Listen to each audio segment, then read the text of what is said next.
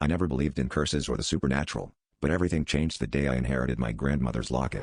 It was an old, ornate piece, heavy with the weight of untold secrets. When I finally opened it, the air around me seemed to thicken, and I felt an inexplicable chill run down my spine.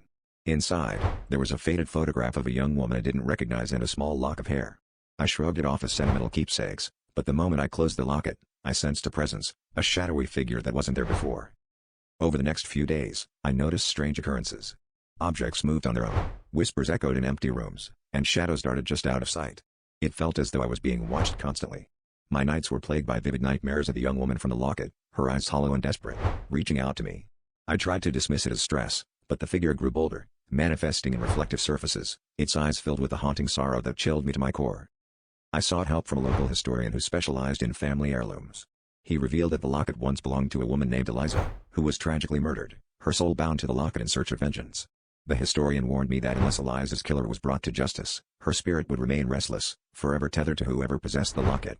Panic set in as I realized I had no way to uncover a century-old mystery, and Eliza's presence grew more oppressive, her whispers now clear demands for justice.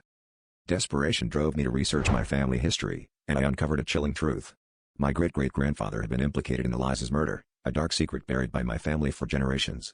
As I pieced together the evidence, Eliza's spirit grew more agitated, her appearances more frequent and terrifying. On the final night, she stood at the foot of my bed, her eyes burning with a spectral fire. "Justice," she whispered, her voice echoing in my mind.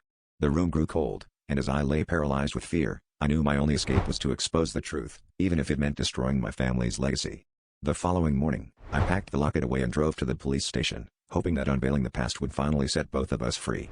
But as I handed over the evidence, I felt a cold hand on my shoulder and heard a whisper in my ear, "Thank you."